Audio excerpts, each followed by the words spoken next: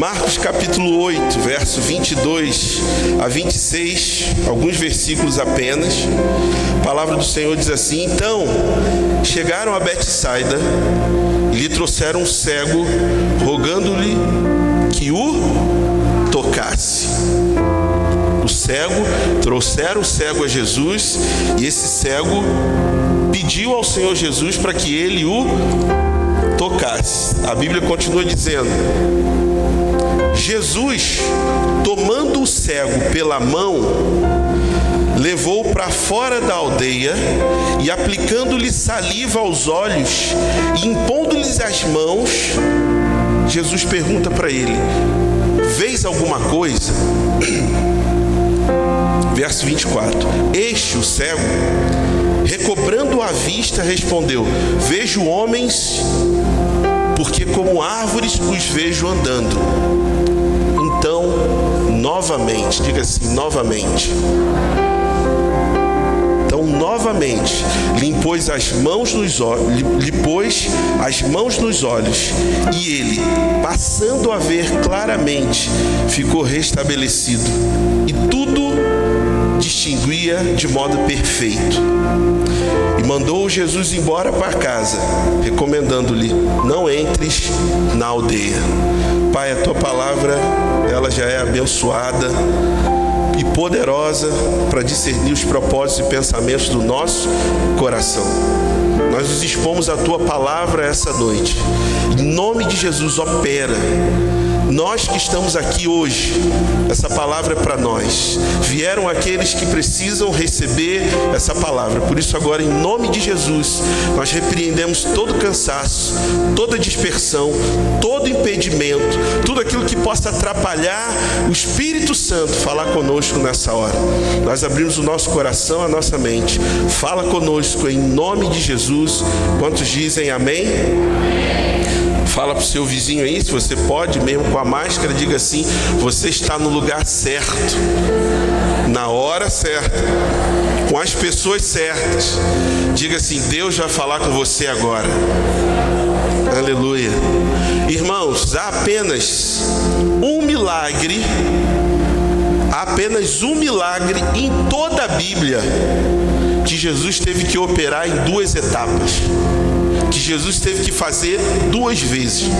Em todos os livros da Bíblia, em toda a palavra de Deus, só um milagre que Jesus teve que fazer em duas etapas, que é a cura desse cego aqui de Betsaida, que era uma cidade de Israel, de Jerusalém, de Israel, na verdade. Único texto. Todas as curas operadas por Jesus aconteceram apenas com uma palavra, um toque, um mandato do Senhor, e a coisa já acontecia. Ou uma imposição de mãos, como o leproso, não é? Que a Bíblia diz que Jesus, aquele leproso: Senhor, se queres, pode purificar-me. E aí Jesus, o texto diz, e Jesus tocando nele. Aquele cara tinha muito tempo que ninguém tocava nele, ninguém se aproximava dele. A Bíblia diz que Jesus tocou, então com uma imposição de mãos. Mas fazer em duas vezes, só esse texto aqui. E aí agora nós estamos diante de um episódio inédito, onde Jesus ministrou duas vezes ao cego para que ele ficasse curado completamente. E essa história, irmãos, ela nos traz lições assim preciosas, porque, como eu disse, tudo que está escrito na Bíblia tem um propósito. Você pode falar isso? Tudo que está escrito na palavra de Deus tem um propósito. E eu quero hoje aplicar essas lições na nossa vida, e por isso que eu dei o tema dessa palavra, a bênção do segundo toque, porque é sobre isso que eu quero compartilhar com os irmãos. Mas eu tenho uma pergunta, passa para mim, Ana Raquel. A pergunta é essa aí: o que a bênção do segundo toque nos revela? O que essa bênção nos revela? Número 1, a bênção do segundo toque mostra que o milagre, presta bem atenção, irmão, o milagre, ele pode ser gradual na nossa vida. Alguns milagres acontecem de forma gradativa. Tem milagres na Bíblia que foram instantâneos. Na hora, no momento, aconteceu. O centurião, Jesus falou, vai, falou para aquele centurião. E a Bíblia diz que na mesma hora que Jesus falou, lá onde o cara estava, ele foi curado. Então esse texto aqui relata que algumas pessoas trouxeram esse cego até Jesus. Ele nunca tinha sido capaz de ver. O texto diz que o Senhor aplica saliva nos seus olhos. E aí, instantaneamente os seus olhos se abrem. E aí eu consigo imaginar como é que ele ficou emocionado. Nunca tinha visto nada. De repente ele começa a ver algumas claridades, coisas embaçadas. E aí pela primeira vez ele pôde ver a luz, a cor, as árvores, o céu. Ele fica assim, pasmo. O cenário muda. Mas Jesus faz uma pergunta interessante para ele. Jesus pergunta para ele o seguinte: o que você vê? O que você está vendo? Olha para cá, irmão. Jesus percebeu algo errado. Jesus logo percebeu que tinha alguma coisa errada, que não estava perfeito. Aí aquele cego responde para Jesus o seguinte: eu posso ver, mas vejo homens andando como árvores. É como se ele dissesse o seguinte: olha, obrigado, Senhor, eu sou grato, agora eu estou enxergando, eu estou vendo a luz, não é? Mas está tudo fora de foco. Estou vendo o homem como árvores. Irmãos, esse poderia ter sido o fim dessa história. Poderia ter terminado aqui. Mas ouça o que o Espírito nos diz nessa noite, para cada um de nós. Deus não veio apenas, Deus não nos toca apenas para nos tornar pessoas melhores. Deus não nos toca para que você fique bem o suficiente apenas para viver esse momento, esse ano, esse mês. O Senhor veio para nos tornar totalmente plenos. O Senhor veio para nos dar vida e vida em abundância. Sermos saudáveis, sermos felizes, sermos livres de opressão, de doença e termos uma vitória completa, uma vida vitoriosa. Quem diz amém? E nós precisamos crer na palavra do Senhor, irmãos. Não foi que Jesus disse? O diabo veio para quê? Para matar, roubar e destruir. Ele disse: eu vim para que tenham vida e vida em abundância. Por isso que escassez não vem de Deus, não é de Deus. A Bíblia diz que o Senhor Jesus tocou o cego novamente, e nesse segundo toque os seus olhos foram completamente abertos, curados. Agora ele tinha uma visão perfeita, e eu creio que esse milagre está registrado na palavra de Deus para fortalecer a nossa fé. Irmãos, isso nos mostra que algumas vezes, diga assim, algumas vezes, o milagre será gradual na minha vida. Diga para quem está do seu lado: algumas vezes o milagre vai ser gradual, vai ser gradativo. Olha para cá, eu sei, irmãos, que nós vivemos na geração do fast food. Nós vivemos uma geração que tem que ser tudo para agora, tudo rápido, tudo para hoje, tudo para ontem, na verdade. Mas tem coisas que o Senhor faz na nossa vida, que acontece hoje, amanhã e depois de amanhã. E é por isso que eu e você não podemos parar de declarar e confessar. É por isso que nós não podemos deixar de crer. Porque muitos de nós somos como aquele cego. Nós vemos a bondade de Deus, o Senhor nos ajuda a chegar até onde nós estamos hoje. A pessoa agradece a Deus, se sente realizado ou realizada. Mas Deus não quer parar por aí. Deus tem mais para a nossa vida. Quantos dizem amém?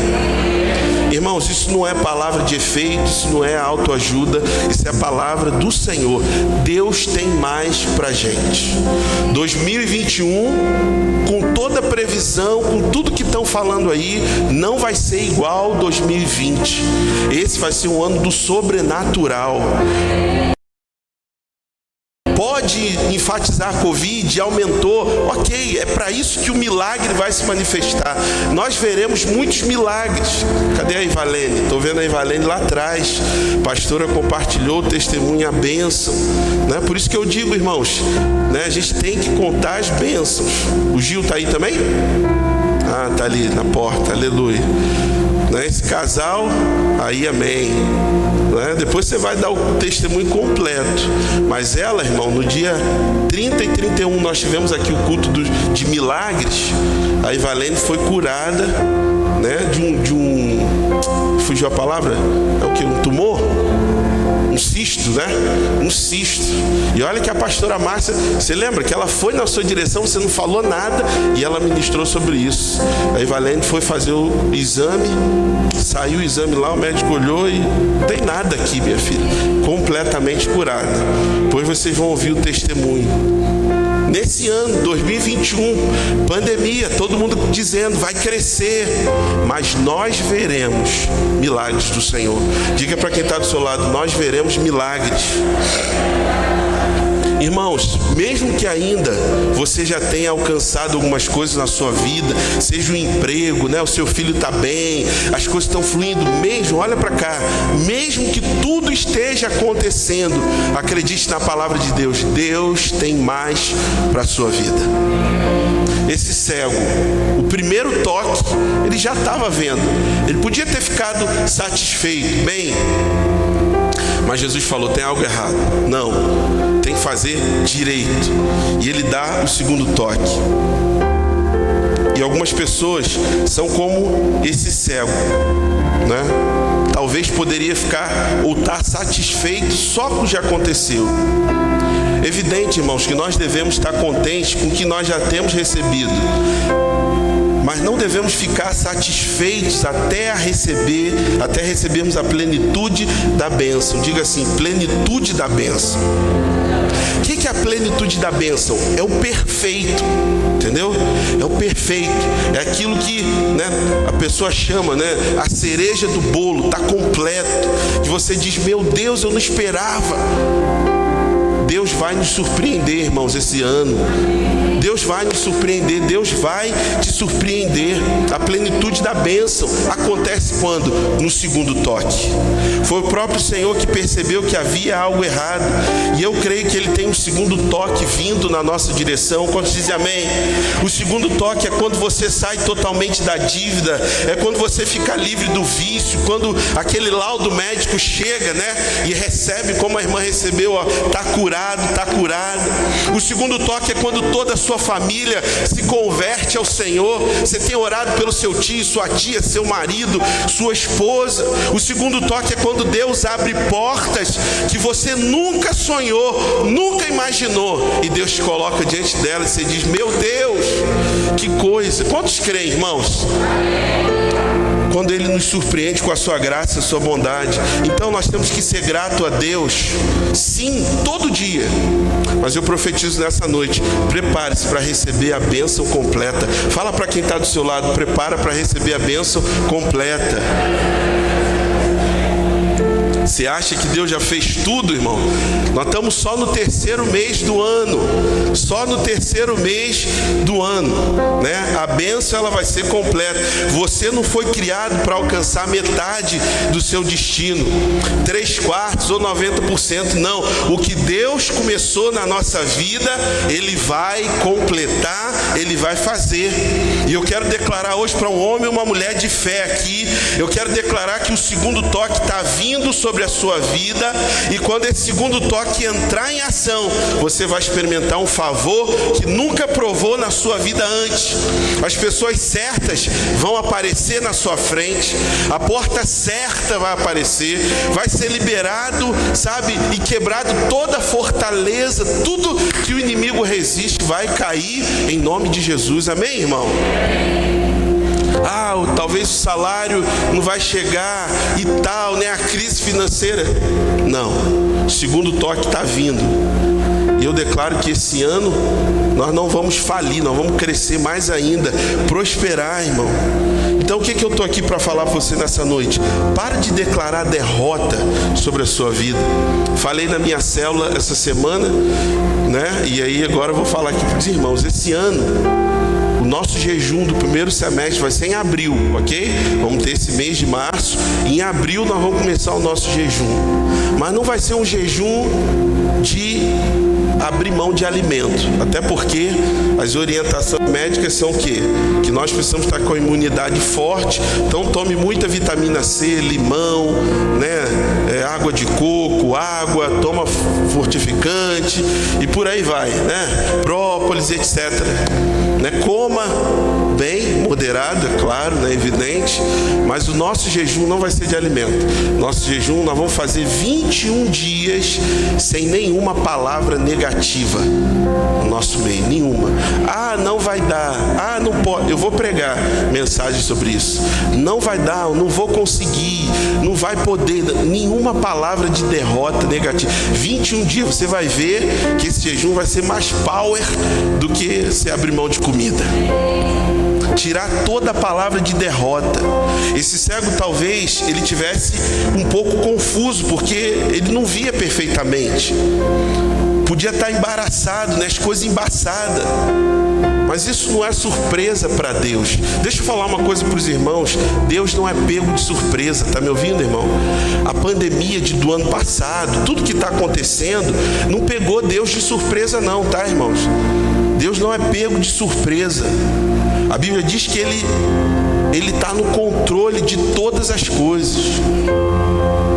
O Senhor não está coçando a cabeça nesse tempo, olhando para a nossa vida, para o mundo todo, pensando assim, meu Deus, por que será que está acontecendo isso? Talvez Jesus, né, para aquele cego, Jesus não coçou a cabeça e falou, por que será que ele não está vendo perfeito? A visão está embaçada. A Bíblia diz que Deus controla todo o universo, irmãos. Ele tem todo o poder. O que Ele planejou para a sua vida e para a minha vida vai se cumprir. Quantos dizem amém? Diga para quem está do seu lado, o que Deus planejou para a sua vida vai se cumprir, irmão. Vai se cumprir. Deus não é homem para que minta, nem filho do homem para que se arrependa. Deus vai cumprir. Talvez nós tenhamos de esperar, e isso será um teste para a nossa fé. Olha para cá, qual é o teste da fé? Hein, Júnior? Qual é o teste da fé? Diga assim, o teste da fé é o tempo. Esse é o teste da fé. O teste da fé é o tempo. Toda promessa passa pelo teste do tempo. O Senhor falou com Abraão. A gente tem lá em Êxodo e Números também, quando Josué e Caleb tinham que entrar em Canaã. A Bíblia diz que Caleb, ele tinha 40 anos. 40 anos, quando Moisés falou para ele, quando a gente entrar, a Hebron vai ser sua, Caleb. E a Bíblia diz que passaram, não sei quantos já leram essa passagem, passaram-se 45 anos. Diga, 45 anos. Se você somar aí agora na sua cabeça 45 anos, a idade que você tem hoje, você vai ver que não é pouca coisa. Sim ou não, irmãos? Passaram-se 45 anos, irmã Lucélia. Caleb chega para Josué. Moisés já tinha passado. Caleb chega para Josué e diz, Josué, você lembra que quando Moisés nos prometeu, eu tinha 40 anos. 45 anos já passaram, eu tenho 85. A minha força é a mesma, a disposição é a mesma, a fé é a mesma. O teste da fé é o tempo, irmão. Então não desanime, ainda que não tenha acontecido ou não aconteceu, não chegou, não desanime, ainda que as coisas estejam acontecendo, ainda que você não entenda. Nós precisamos lembrar, os milagres de Deus muitas vezes são graduais. É como a semente. Você sempre enfrentará a sua maior luta quando você estiver mais perto da vitória. Eu vou repetir isso. Tem alguém comigo aí nessa noite? Amém? Você sempre enfrentará sua maior luta. Pastor, apertou, né? Piorou, eu estou orando, estou declarando, piorou mais ainda. Então, você sempre enfrentará a sua maior luta quando estiver mais perto da vitória. O inimigo não estaria resistindo tanto você se ele não soubesse que Deus tem algo incrível para a sua vida. E aí Satanás vai resistir, vai aumentar a pressão. E aí nós precisamos nos posicionar e dizer: pode estar tudo embaçado, pode estar tudo borrado, pode estar demorando, eu não estou entendendo, mas eu sei de uma coisa: o segundo toque está chegando e a qualquer momento a situação vai se resolver. Quantos estão entendendo nessa noite, irmão? Então, quando você vive com essa expectativa, isso permite que Deus faça grandes coisas. Nós não sabemos quando o segundo toque chega, mas eu preciso ter a convicção: o segundo toque vai chegar, o Senhor vai tocar de novo. Você pode encontrar a pessoa dos seus sonhos amanhã, né? Quem não é casado ou casada aqui está orando por isso. Pode ser amanhã. A sua bênção, aquilo que você orou ontem, aquilo que você está clamando, pode chegar amanhã, ou depois de amanhã, ou pode chegar daqui a um mês. Mas o fato é, irmãos, o segundo toque vai acontecer, amém? Esse problema de saúde pode mudar repentinamente. Deus não faz as coisas pela metade. Olha aqui, irmãos, pode parecer impossível, mas Deus pode fazer o impossível. Qual é a especialidade de Deus? É impossível. As pessoas podem tentar te dissuadir, as pessoas podem tentar falar o contrário. Você pode ver um jornal, um noticiário, pode olhar lá no Instagram, sabe, o governo ou os governos podem dar previsões terríveis, mas permaneça firme na sua fé. Essa semana mandei um áudio para os irmãos e eu disse: a palavra de Deus diz que nós somos da fé. Irmãos, olha para cá, né? Não deixa a sua fé se tornar uma fé fraca, uma fé rala. Tá me ouvindo? Quantos estão me ouvindo aqui hoje? Domingo após domingo eu estou aqui, né? Muito prazer e alegria. É um dos melhores dias da minha semana. Eu gosto de pregar e falar. Se eu pudesse pregar a semana toda, mas todo domingo eu estou aqui falando para você: não vamos negociar a nossa fé. Permaneça firme na fé. Aquela canção que nós cantamos aqui, nós não caminhamos por aquilo que nós vemos, nós não andamos por vista, irmãos, nós andamos por fé. E nós estamos aqui nessa noite para aprender que o milagre de Deus muitas vezes pode ser gradual na nossa vida. Não aconteceu hoje, continua crendo, pode acontecer amanhã, o segundo toque. Segundo lugar, o que nós aprendemos? O que a bênção do segundo toque nos revela? Número 2, a bênção do segundo toque nos mostra que o Senhor, quem gosta de anotar aí, não é?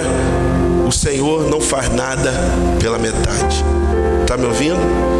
Deus não faz nada pela metade. Irmãos, Deus não é igual a gente. Nós, muitas vezes, começamos uma coisa e não terminamos.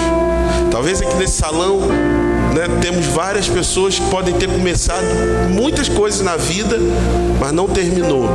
Começou a faculdade, começou o estudo, começou o empreendimento, né, começou a arrumar a casa, começou a arrumar a gaveta, mudar tudo, parou pela metade, está até hoje. Não vou trocar essa lâmpada aqui, não vou fazer isso daqui, tá, ó. Começou e não terminou. Deus não é assim. Aquilo que Deus começa, Frank, Ele termina, Ele completa.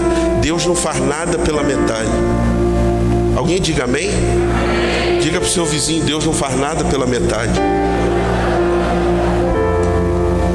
Tudo que está acontecendo está debaixo do controle de Deus. Irmãos, como eu li para vocês em Hebreus capítulo 10, aquele que vem virá, não tardará. Creia, creia. E esse crer tem que nos levar à atitude de confessar, de declarar. Há uma guerra espiritual acontecendo e há uma guerra natural também acontecendo. Tem médicos que falam, né, olha, tá ruim, tá tudo péssimo. Mas tem outros que dizem, olha, realmente tá ruim, tá péssimo. Mas isso daí não é de hoje. Crise da saúde, irmão, não é de hoje. De onde eu vim do Rio de Janeiro também tinha crise lá, e eu tenho certeza que tinha aqui também. Então não é de hoje, só piorou. Então há uma guerra espiritual. Satanás se aproveita dessas coisas. Mas qual é a nossa posição? Continuar crendo. Diga, continuar crendo. Aquele cego, ele já estava enxergando após o primeiro toque, mas a sua visão ainda era embaçada, vendo homens como árvores. E aí aquele cego estava diante de Jesus, mas para ele Jesus era como se fosse uma árvore. Ele não tinha revelação do Filho de Deus. Diga assim, revelação do Filho de Deus. Olha para cá, às vezes a visão que nós temos acerca de Jesus, acerca de Cristo, ainda é muito embaçada. Eu não estou dizendo que a pessoa não nasceu de novo. Eu creio que todos que entregaram a vida a Jesus nasceram de novo. Levantou a mão, batizou, confessou, nasceu de novo. Mas muitas pessoas, talvez, irmãos, precisam de um segundo toque, que os olhos sejam abertos plenamente, sabe, de forma perfeita, para enxergar a graça de Deus, para enxergar o poder de Deus. Ontem eu fui lá no shopping Rio Anil, ali perto de casa. Estava eu e Daniel, e toda vez, encontrei até o Carvalho esses dias que trabalha lá, toda vez que eu entro naquele shopping ali, qualquer outro, eu fico impressionado assim, na quantidade de pessoas que estão lá de máscara, né? Algumas de máscara, outras sem e tal, mas o movimento lotado, e as pessoas vão para estacionar. Ontem foi complicado. Mas por que com a igreja tem que ser diferente? Entendeu? Por que com a igreja muitas vezes nós temos a postura, não, eu não vou estar e tal, não posso. Como filhos de Deus, como cristãos, nós temos que renovar a nossa mente. Evidentemente que alguns irmãos, né, não têm condição de vir, está se sentindo mal, outros, né, como eu mandei no áudio para os irmãos, não é obrigado, tá, mas você vem pelo Espírito. Queríamos até hoje já estar aí com a transmissão ao vivo, não é? Mas não conseguimos essa semana. Para a semana a gente vai conseguir, mas pelo menos dá para gravar o vídeo, né, gravar o áudio e os irmãos reouvirem durante a semana. Mas o fato é que nós precisamos ter a visão espiritual aberta. Diga assim, revelação do Filho de Deus. Porque há muita mistura ainda da lei com a graça. E eu já disse para os irmãos, lei e graça não se misturam. É como água e óleo, não mistura. Tem gente que diz assim, não, pastor, a lei, ela equilibra a graça. A lei não equilibra a graça, irmão, não tem como misturar. Mas eu já disse aqui o que equilibra a graça. O que equilibra a graça de Deus? Duas letras, fé. A fé equilibra a graça.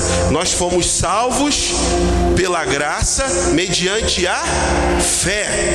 É tudo pela graça, mas é acessado pela fé. Então há muita mistura ainda. Nós somos como aqueles discípulos lá no Monte da Transfiguração, né? Os três estavam lá, Pedro estava no meio, e eles viram Jesus se transfigurar. E o texto diz que quem apareceu lá? Moisés e Elias. Moisés e Elias apareceram. Eles ficaram vislumbrados e chegam para Jesus e dizem, mestre, quer que façamos uma tenda, né, para Moisés, Elias, uma para o Senhor? A lição ali, irmãos, não era eles focarem em Elias e nem Moisés. A lição era focar no Filho de Deus. Tanto que o Senhor teve que bradar do céu e dizer, este é o meu Filho amado. Você sabe onde Jesus está hoje? Sentado à direita do Pai, fisicamente. Mas a vida dele está dentro de você. Jesus está em você. Amém? Diga para o seu vizinho, Jesus está em você. Porque tem irmãos que pensam, quando chegar na eternidade, eu quero falar com Paulo, eu quero falar com Abraão, Isaac, eu vou falar com Pedro. Irmãos, são esses irmãos, são essas pessoas que vão chegar para você. Foi aqui isso? Não, né? Foi lá fora. Foi aqui? Pois é. É o Bluetooth aí de alguma coisa. Olha para cá. Tem gente que diz, não, eu quero falar com Pedro, Abraão. Mas são esses. É Pedro, irmã Lucélia, que vai chegar para a irmã e falar, irmã, eu andei com o mestre. Moisés vai falar, olha, minha irmã, eu ouvi Elias vai falar, e os profetas, nós profetizamos sobre o Messias. Mateus, Lucas vão dizer para a irmã, nós andamos com o Cristo. Mas como é que é ter o próprio Cristo dentro de você? Como é que é ter o Mestre dentro de si? Como estão entendendo o que eu estou falando, irmãos? E aqui eu quero te dar o exemplo de Elias. 1 Reis capítulo 19, a Bíblia diz que Elias, eu falei desse texto aqui semana passada, eu estou dizendo para você que Deus não faz nada pela metade. Capítulo 19 de 1 Reis, o profeta Elias, ele tinha acabado de experimentar uma das maiores vitórias da sua vida.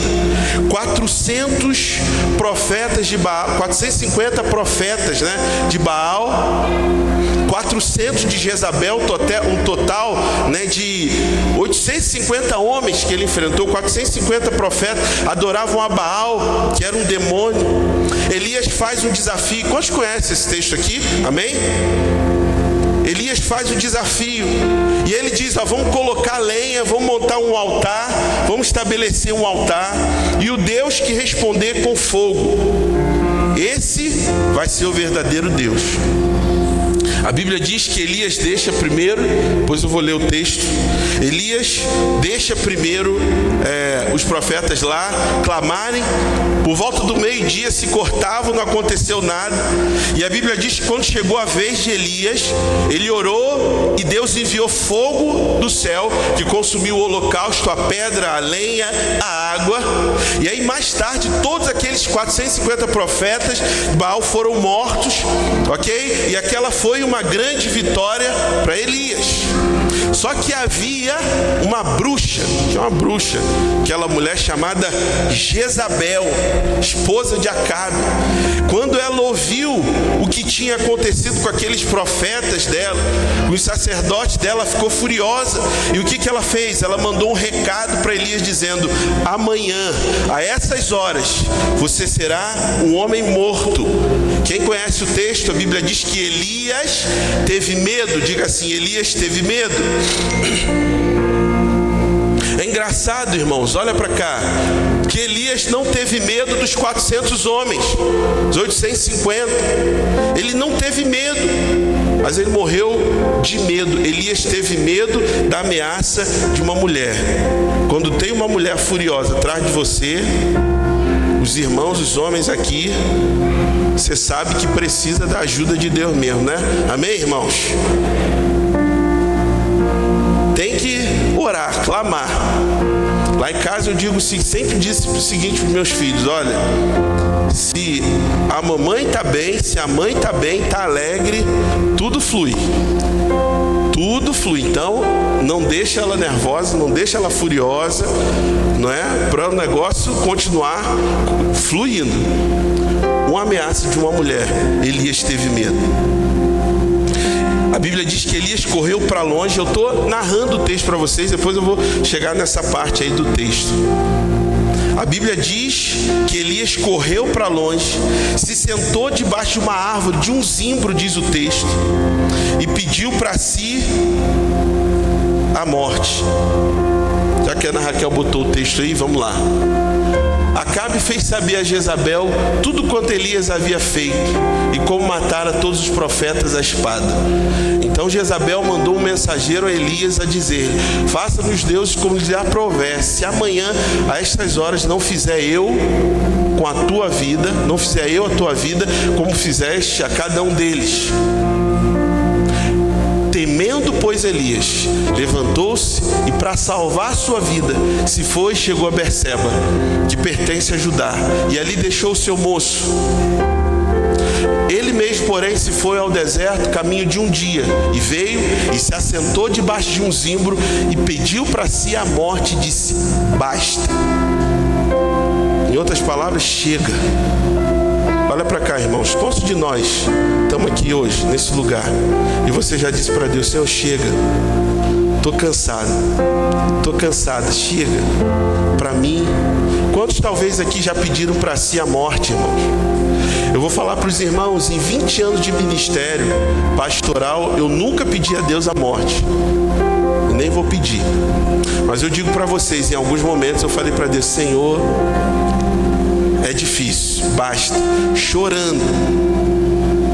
Por que isso, Deus? Senhor, por que a gente tenta fazer, a gente tenta mover as coisas e visita e faz, e as coisas não acontecem? Muitas vezes esse sentimento aí vem: basta, toma agora, Senhor, a minha alma, pois não sou melhor do que meus pais. Olha para cá, irmãos, o que eu acho interessante todo mundo conhece o profeta Elias, mas você já leu na Bíblia, Fernando, sobre os pais de Elias? Ninguém leu, a gente não sabe quem foi. Não marcou, não fez algo relevante, mas o desânimo e o medo fazem isso. Eu não sou melhor que meus pais. Olha o pensamento do profeta. Deitou-se, dormiu debaixo do zimbro. Eis que um anjo o tocou e lhe disse: levanta-te e come. Olhou ele e viu junto à cabeceira um pão cozido sobre pedras em brasa e uma botija de água. Comeu, bebeu e tornou a dormir. Olha para cá. Elias, sentado debaixo do zimbro no deserto, pediu para si a morte. E como eu falei, talvez como Elias, muitos estão aqui também, Senhor, eu estou cansado. Às vezes fala para Deus: Senhor, eu estou crendo, eu estou ouvindo a mensagem, estou ouvindo a palavra, mas nada acontece. Talvez você viu a bondade de Deus no passado, mas agora está cansado ou cansada. Talvez muitos de nós perdeu a paixão pela presença de Deus, por pregar, por se envolver. Você acha que mais nada vai acontecer? Qual é a boa notícia, irmãos? A boa notícia é que Deus não desiste de nós. Diga assim: Deus não desiste de mim. Quantos estão comigo nessa noite ainda? Está me ouvindo? Deus não desiste de você. Você pode até correr, você pode fazer birra, Deus não abre mão de você. Deus não desiste, irmãos. A Bíblia diz que quando nós estamos cansados, olha para cá, receba esse rema de Deus.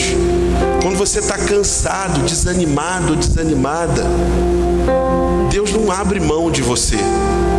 O diabo coloca na nossa cabeça o seguinte: tá vendo? Está desanimado. Deus não vai fazer.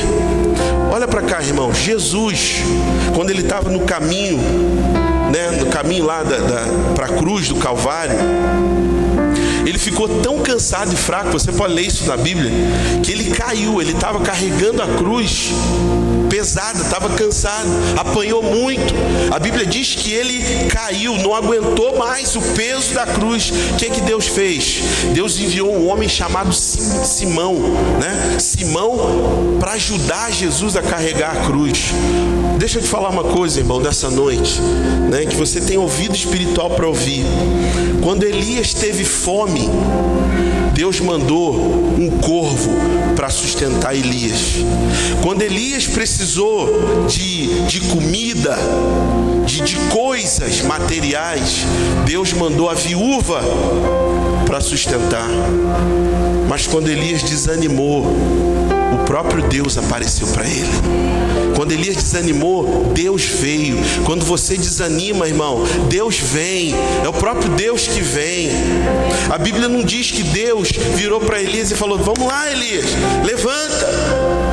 Porque Deus sabia que haveria momentos em que eu e você ficaríamos cansados, ficaríamos tristes, desanimados, abatidos. E a Bíblia diz que é normal você estar perplexo, mas é destrutivo você se sentir desanimado, destruído. A Bíblia não diz, que o Senhor falou para ele: não, vamos lá, Elias, levanta, para de frescura, para de frescura, para de bobeira. Quando estamos desanimados, irmãos, Deus não nos diz: que pena, você deveria ter tido mais fé. Não, em vez disso, o Senhor envia alguém para te ajudar e te levantar. Em vez disso, o Senhor envia alguém para te dar uma nova palavra que te levante. Talvez essa pessoa seja eu aqui nessa noite. A melhor parte da sua vida ainda está à sua frente, irmão. Creia nisso, isso em nome de Jesus. Você não vive por vista. Nós vivemos por fé. E nós temos que celebrar a Deus e declarar a vitória hoje, na luta, quando o barco está balançando. Ouça o que eu vou falar para os irmãos. Amigo de verdade, comunhão de verdade, ela se prova não no dia que está tudo bem, irmão. Não no dia que você está com dinheiro no bolso. A verdadeira comunhão e amizade é aquela que é prova ou provada no dia que você está roendo o osso, como diz a expressão.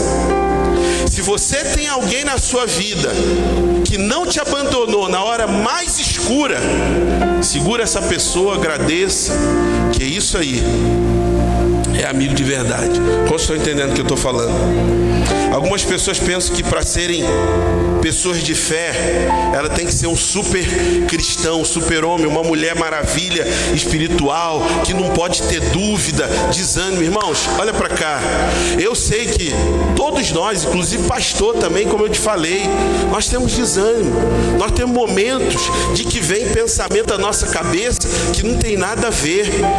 O diabo bota pensamento, joga pensamento ruim contra o irmão do seu lado, contra o seu pai, sua mãe, seu marido, contra o pastor da igreja, contra o líder, contra a igreja.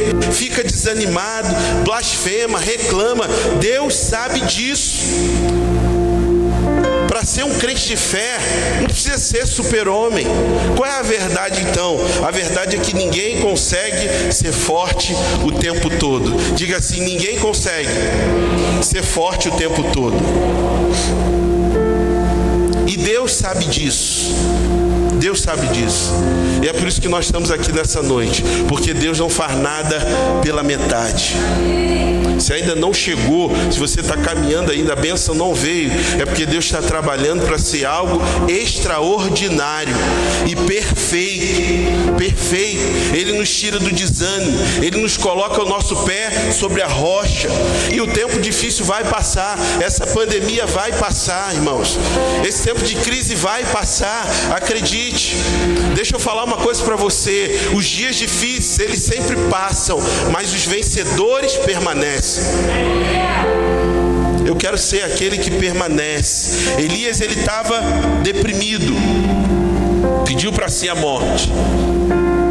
E deixa eu te falar algo: Deus nunca nos desqualifica quando não somos fortes o suficiente. Fala para quem está do seu lado isso: Deus nunca te desqualifica quando você não é forte o suficiente. A Bíblia diz que o anjo do Senhor veio, tocou Elias e disse: levanta-te. Esse foi o primeiro toque. Levanta e come. Aí a Bíblia diz que quando ele acordou, ele viu pão sobre brasas e uma jarra de água. Olha, irmãos, Deus não apenas deu a ele o pão e a água, mas Deus cozinhou para Elias. Deus serviu a Elias. Olha para cá, irmão, deixa eu falar uma coisa para você. Tem muita gente que diz assim: não, você tem que servir a Deus. Você está aqui para servir a Deus. É verdade. Mas o primeiro princípio, e o que Deus mais quer, Eduardo, é que Ele está aqui nessa noite para te servir. O Senhor está aqui nessa noite para nos servir. Está me ouvindo, irmão? Para nos servir. Deus trabalha para você. Diga para o seu vizinho: Deus trabalha para você. Porque desde a antiguidade não se viu, nem com ouvido se ouviu, Deus além de ti, que trabalha para aqueles que nele esperam. Quantos dizem amém? Deus cozinhou o pão, preparou tudo para Elias. Deus serviu Elias. A Bíblia diz que o Senhor vai nos servir. Assim como Elias, o anjo do Senhor, ele está nos servindo. O Senhor está nos servindo. Mas onde foi o segundo toque? Capítulo 19, versos 7 e 8. Voltou segunda vez o anjo. Voltou quando? Segunda vez. Então teve o primeiro toque. Elias levantou, comeu o pão e voltou a dormir. Voltou segunda vez o anjo do Senhor, tocou-lhe e lhe disse: levanta-te e come, porque o caminho será sobre modo longo. Levantou-se, pois, comeu e bebeu, e com a força daquela comida, Irmãos, com a força daquele toque. Quantos estão me entendendo nessa noite? Diga amém. Com a força daquele toque, caminhou 40 dias e 40 noites até Horebe.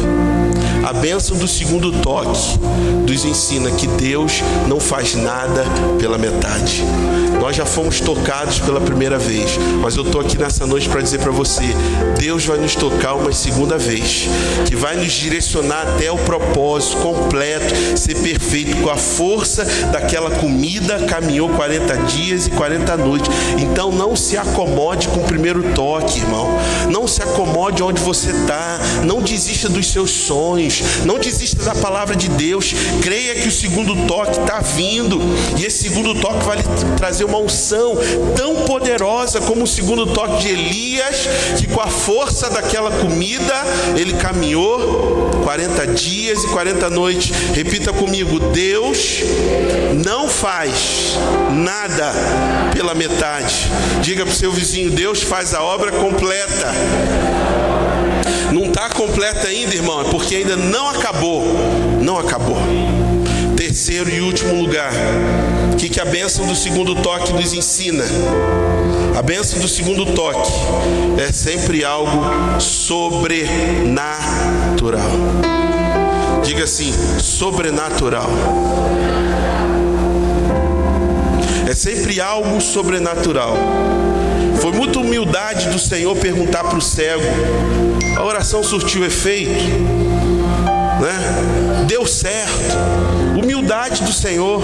É muita graça do Senhor se dispor a orar mais uma vez pelo cego, para que de maneira sobrenatural ele passasse a enxergar. E essa é uma das lições mais importantes desse texto. Qual é a lição? O que vem depois. Ouça bem, irmão. Eu vou botar isso aqui lá no suprimento, né, e compartilho com os irmãos essa semana. Eu boto no grupo da igreja. Mas qual é a lição desse texto que nós lemos? O que vem depois será mais poderoso e mais glorioso do que já aconteceu. Eu vou ler de novo. O que vem depois será mais poderoso e mais glorioso do que já aconteceu. Eu creio que todo mundo nesse salão aqui já recebeu bênção de Deus, já foi abençoado, tem sido. Mas eu profetizo nessa noite que o que vem depois vai ser muito mais poderoso, muito mais glorioso do que veio antes. O segundo toque é muito mais poderoso. E aqui eu deixo o exemplo de Abraão. Irmãos, para muitos mestres na palavra, teólogos, eles entendem o seguinte, e a Bíblia dá evidências, que Abraão, ele não foi chamado primeiro. Quando Deus diz: sai da tua terra, da tua parentela, antes de Abraão, Deus chamou outra pessoa antes dele. Quem? O seu pai, chamado Tera, ou Terá. Deus chamou o seu pai, o pai de Abraão, chamado Terá. E Tera, né? Tera, ele tinha 3 filhos. Abraão era um desses. Qual era o nome dele? Abraão. Tem um outro filho que eu não anotei aqui, mas está lá escrito. Mas um nome de um dos filhos de Abraão, de Terá, chamava Arã. Diga assim: Arã. A Bíblia diz que Tera saiu de onde ele estava, sua família e seus 3 filhos. Só que Arã, filho de Tera, morreu. Isso está na Bíblia, depois vocês podem ler lá em Gênesis capítulo 10. Não vamos abrir agora por causa do tempo. Arã morreu. E a Bíblia diz que Tera saiu de onde ele estava com a sua família. Abraão estava junto. E Tera chegou a uma cidade. Deus falou para ele: vai para Canaã. E ele saiu. E ele chegou a uma cidade chamada Harã. Está na Bíblia. E Tera, quando chegou em Harã, que era o nome do seu filho, a Bíblia diz que o pai de Abraão ficou ali, morreu ali, não conseguiu avançar. Certamente porque lembrou do nome do seu filho. Talvez Tera tenha dito: eu tenho certeza que eu devo seguir em frente. A terra prometida está à nossa frente, mas eu já passei por tanta coisa, já passei por tanta dificuldade, vi meu filho morrer. Porque nenhum pai espera enterrar o filho, sim ou não, irmão? Nenhum pai espera enterrar o filho. O pai espera que o filho enterre, né? O pai. Mas quando ele chega em Harã, ele desiste. Ou seja, ficou pelo caminho. Parece que Tera poderia ter se tornado pai de muitas nações. E hoje nós não conheceríamos ao Deus de Abraão, nós conheceríamos o Deus de Tera. Mas ele desistiu. Ficou pelo caminho. Tera não decidiu avançar. Ele não percebeu que Deus tinha o segundo toque. Irmãos, Deus é Deus de recomeço. Deus é Deus de segunda chance, amém? Diga para o seu vizinho: Deus é Deus de segunda chance. Tera não percebeu que tinha um segundo toque, que ele podia, que Deus poderia dar nova vida, dar um novo recomeço. A perda de um ente querido é ruim, de um amigo. Perdemos aí o pastor Nonato aqui, em São Luís, muito conhecido. É ruim, mas mesmo diante da perda, nós temos que continuar. Mesmo diante da perda, nós temos que avançar. Se Tera tivesse decidido avançar, não tivesse ficado no lugar da sua maior dor, hoje não seria o Deus de Abraão. Então deixa eu falar para os irmãos dessa noite: não deixe que uma perda, uma decepção faça com que você se acomode. Todos nós enfrentamos coisas que não entendemos. Todos nós. Nem sempre entendemos tudo que acontece na nossa vida. Qual é a chave então, pastor? A chave é que eu e você, nós temos que passar do local, temos que avançar, temos que continuar em frente. Passe pela dor, pela rejeição, pelo fracasso, pelo erro, meu irmão, mas não pare pelo caminho. Se você continuar avançando, você vai entrar na terra prometida, você vai alcançar aquilo que Deus tem para a sua vida. Quando se diz amém? No lugar da vergonha, o Senhor vai te dar dupla honra. E nós temos o exemplo de Jó também. A Bíblia diz que um único dia, diga assim, um único dia, Jó perdeu os bens, os filhos, tudo. Perdeu saúde, perdeu negócio, todos os filhos. Mas no final Deus restaurou tudo em dobro. Jó 42, verso 10 diz assim: mudou o Senhor a sorte de Jó quando ele chorava pelos seus amigos. E o Senhor deu-lhe o dobro de tudo o que antes possuía. Jó teve 10 filhos que morreram. Uma tempestade terrível. Mas no final da história, o Senhor deu 10 filhos, e com a mesma esposa. Eu creio que foram... Por que dobro? Foram 10 filhos no céu e 10 filhos novamente na terra. Um milagre sobrenatural, porque a esposa de Jó, detalhe, ele não mudou de esposa, foi a mesma. 10 filhos com a mesma. Como, pastor? Deus fez um milagre na vida da mulher de Jó. A bênção do segundo toque é sempre sobrenatural. Diga isso para o seu vizinho: a bênção do segundo toque é sempre sobrenatural. Olha para cá, irmãos, eu já estou terminando. No natural, a esposa de Jó estava velha, não podia ter mais filhos, mas não foi assim com Abraão e Sara também? No natural, ela não tinha mais como, mas Deus trouxe de volta à vida o seu útero amortecido. Um milagre. Não sei se ela ficou feliz ou deprimida com isso, mas o Senhor sempre tem o segundo toque na nossa vida. E o segundo toque é sempre sobrenatural. Irmãos, o que é sobrenatural? Você não explica.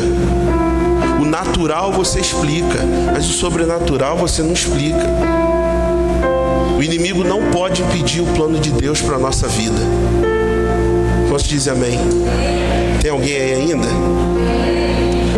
O diabo não pode impedir o plano de Deus na nossa vida. Ele pode tentar, mas ele não vai conseguir. A palavra de Deus, ela é final. Deus tem a palavra final. Deus tem.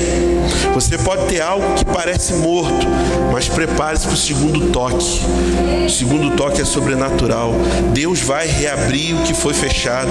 Ele vai trazer de volta à vida o que estava morto. Então não se acomode como Tera no lugar. Eu passei muita coisa. Eu estou cansado, eu já ouvi muita coisa. Irmão, não se acomode. Muitas vezes você tem que fechar os ouvidos espirituais, focar no Senhor e continuar avançando. O primeiro toque trouxe você até aqui, mas o segundo toque vai te levar a um lugar que você nunca imaginou. Amém?